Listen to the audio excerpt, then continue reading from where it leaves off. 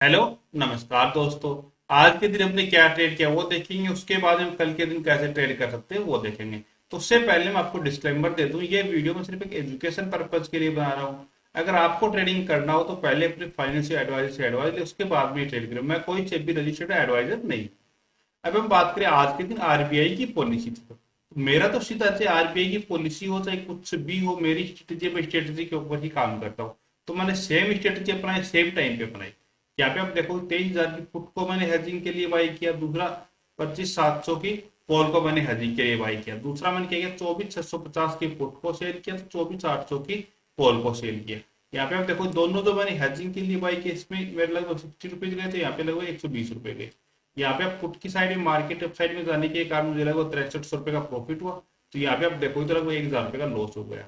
तो ये नहीं है कि हम स्ट्रेंगल बनाएंगे तो दोनों साइड में प्रॉफिट होगा। दोनों साइड में प्रॉफिट होने के चांसेस बहुत कम रहते हैं, क्योंकि मार्केट एक डायरेक्शन में तो आएगा, अप जाएगा या फिर डाउन जाएगा। तो जिस भी साइड पे जाए उस साइड में हमारा रिस्क रिवार्ड थोड़ा बड़ा होगा, तो हमें प्रॉफिट होगा। अगर सेम रिस्क रिवार्ड से करेंगे, जैसे हमने 1,000 रुपए का रिस्क लिया और 1,000 रुपए का प्रॉफिट लेंगे, तो हम कभी भी प्रॉफिट में नहीं आएंगे। यहाँ पे आप देखो, जैसे मैंने 6,000 रुपए का प्रॉफिट लिया तो सिर्फ 1,000 रुपए का ही लॉस लिया। इस तरीके से आप भी अपने रिस्क रिवार्ड को फॉलो करोगे तभी आप प्रॉफिटेबल ट्रेडर बन पाओगे। अब हम बात करते हैं हमारी ऑर्डर विंडो की। यहाँ पे आप देखोगे तो लास्ट ट्रेड या फिर मैंने जिनको भी ऑर्डर एग्जिट किया है वो लगभग 11:50 के आसपास तक है। उसके बाद भी मैंने कोई भी ट्रेड का प्लान नहीं किया। और ट्रेडिंग मैंने स्टार्ट कब से की थी, तो यहाँ पे आप देखोगे तो 9:51 से मैंने ट्रेडिंग को स्टार्ट किया था। मतलब मैंने लगभग आप मान सकते हो 2 घंटे तक ट्रेडिंग किया, उसके बाद में कोई भी ट्रेड का प्लान नहीं किया। तो आप भी ट्रेड करते हो तो इस बात का ध्यान रखा करो कि पूरा दिन ट्रेडिंग करने से कभी आप प्रॉफिटेबल नहीं बन पाओगे।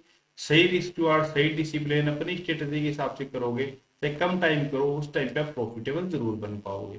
अब हम देखते हैं कल के दिन हम कैसे काम कर सकते हैं। तो कल का दिन देखने से पहले हम देख लेते हैं कि हमारा ओवाई चैन या फिर ऑप्शन चैन क्या हमें बता रहा है। ऑप्शन चैन में हम यहाँ पे देखेंगे तो पुट साइड में ज्यादा सेलिंग हो रही है, पुट साइड में ज्यादा सेलिंग हुई है। इसी कारण से मार्केट अप साइड में भी गया है। सपोर्ट की रेजिस्टेंस की बात करें तो 25,000 के ऊपर अच्छा खासा ओआई है। तो 25,000 राउंड लेवल पे तुम्हारे रेजिस्टेंस का काम करेगा। दूसरा यहाँ पे कॉल की साइड में देखो तो हर जगह पे पुट्टी पुट सेल है। तो पुट सेल है तो मतलब क्या, मार्केट के अंदर कोई भी डिप आएगा तो वहां से अप जाएगा, कोई भी डिप आएगा तो अपसाइड में जाएगा। तो हमारे सबसे पहले तो कल के दिन ये रखना है, मार्केट में भी हमारा पॉजिटिव रहेगा। दूसरा, मार्केट के अंदर कोई भी डिप आता है तो कोई भी सपोर्ट हमें मिले तो वहां पे हमें बाइंग के लिए ही देखना, डाउन साइड के लिए बिल्कुल भी नहीं देखना। हो सकता है हमारा कल के दिन सारे ऐसे लीट हो जाए, लेकिन चाहे ऐसे लीट हो जाओ, लेकिन हमें देखना पॉजिटिव साइड में ही ज्यादा है। अब चलो हम चार्ट के ऊपर चल के देखते हैं कि हम कहाँ कहाँ ट्रेड कर सकते हैं।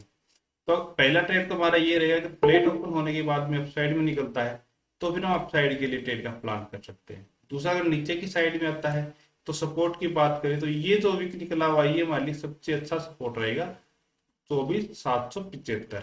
24,775 का हमारा सबसे अच्छा सपोर्ट रहेगा। अगर प्लेट ओपन होने के बाद में अगर हमें यहाँ पे मिलता है तो यहाँ से अप साइड में जाने के पूरे पूरे चांसेस रहेंगे। तो यहाँ पे भी मिलेगा तो हम अप साइड के लिए ट्रेड करेंगे। अगर इन स्विंगों को ब्रेक कर देगा, इन दोनों स्विंगों को, तो उसके बाद में मार्केट नीचे की साइड में भी फॉल कर सकता हो सकता है एक पॉलिसी के न्यूज के कारण ही अप साइड में मार्केट में मूवमेंट आया हो और ये वापस से नीचे की साइड में आ जाए। तो बस इनका हमें वेट कर रहा है 24,750 तक का, कि 24,750 से नीचे निकलता है निफ्टी तो फिर उसके बाद में हम पॉजिटिव साइड में बिल्कुल नहीं देखेंगे, नेगेटिव साइड में ही हम ज्यादा देखेंगे।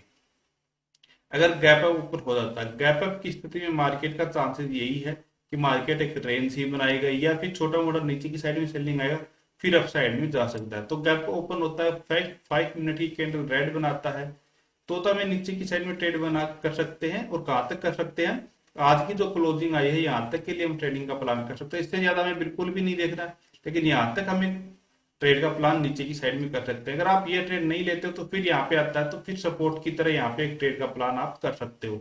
लेकिन गैप अप हमारा 100 पॉइंट के आसपास का होना चाहिए, इससे कम मतलब उसको गैप अप की स्थिति में नहीं मानेंगे।